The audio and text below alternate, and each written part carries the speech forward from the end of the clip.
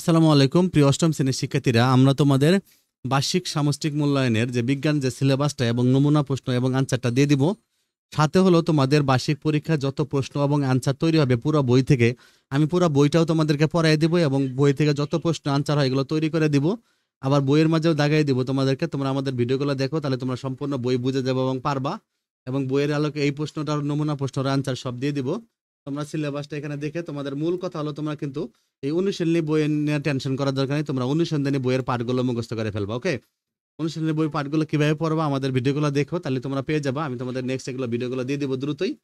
আর আর অনুশীলনী বই তোমাদের কিছুই পড়তে হবে না, কি বলছে বলছে এগুলো দেখার দরকার নেই, তোমরা অনুসন্ধানী বইটা ভালো করে পড়ে ফেলবা। আর শিক্ষণকালীন মূল্যায়ন 30%, তোমরা জানো 30% মার্ক, আর সামষ্টিক মূল্যায়ন 70% অন্য সাবজেক্টের মতোই। তোমাদের শিক্ষণকালীন আইটেমের জন্য তোমাদের বাড়ির কাজ আছে, তারপরে অ্যাসাইনমেন্ট আছে, প্রজেক্ট আছে, ছক পূরণ আছে, এগুলোর উপর বেস করে তোমাদের 30 মার্ক থাকবে শিক্ষণকালীন। বাট পরীক্ষার নাম্বার তোমাদের 100 থাকবে। এখান থেকে তোমরা জানো 70% কনভার্ট করে আনা হবে।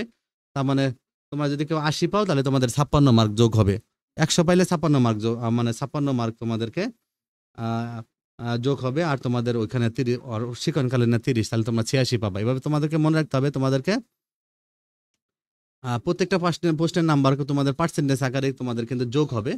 তো তোমরা হলো যে যেমন 100 পাইলে 100 এর 70%, 170% মানে 170/100, তার মানে 100 এর যদি তুমি 70% পাও তাহলে তুমি অনেক নাম্বারই পাবা। বাট তুমি যদি 100 এর যদি 100 থেকে যদি তুমি মাঝে 80 পাও, 80 এর 70% কিন্তু 56 মার্ক।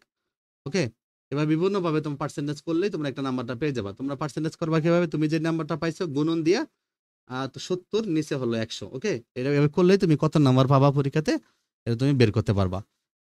তো তোমাদের মূলত দেখো এখানে একটা নমুনা প্রশ্ন আছে, তো নমুনা প্রশ্নের অ্যান্সারটা আমি তোমাদের নিচে দিয়ে দেবো। তবে আমি তোমাদেরকে এগুলো পরেও সবগুলো জিনিস করাই দেবো নেক্সট ভিডিওতে, তোমরা দেখতে পারবা। আর এই ভিডিওতে আমি শুধুমাত্র নমুনা প্রশ্ন এবং অ্যান্সারটা দিয়েছি, তোমরা একটু দেখতে পারো। দেখো এখানে এক কথায় উত্তর আছে, অনেকগুলো এক কথায় উত্তর আছে, তোমরা এই এক কথায় উত্তরগুলো সুন্দর করে এগুলো তোমরা পড়তে পারো। ওকে, আর দেখো তোমাদের এখানে সংক্ষিপ্ত প্রশ্ন থাকবে তোমাদের, পূর্ণমান 20, 10টা প্রশ্ন, প্রত্যেকটা কোনো অপশন নেই, বুঝছো, প্রত্যেকটাতে তোমাদের 2 মার্ক করে।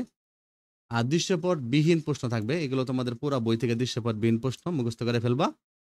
আর তোমরা যদি কোনো প্রশ্ন না আমি তোমাদের উত্তরগুলো দিয়ে দিব, আর পুরো বইয়ের উত্তরগুলো দিব, তোমরা ভিডিও দেখলে পারবা। এখানে দেখো তোমাদের দৃশ্যপট নির্ভর মানে উদ্দীপক দিয়ে প্রশ্ন থাকবে, এগুলো কিভাবে লিখবা এগুলো আমি তোমাদেরকে নেক্সট ভিডিওতে করাই দিব। ওকে, তারপর দেখো বিভিন্ন রকমের দৃশ্যপট থাকবে, এর উপর ভিত্তি করে প্রশ্নের উত্তর লিখতে হবে, যেমন দৃশ্যপট তেমন উত্তর লিখতে হবে। প্রত্যেকটা কিন্তু একরকম না, প্রত্যেকটা আলাদা আলাদা।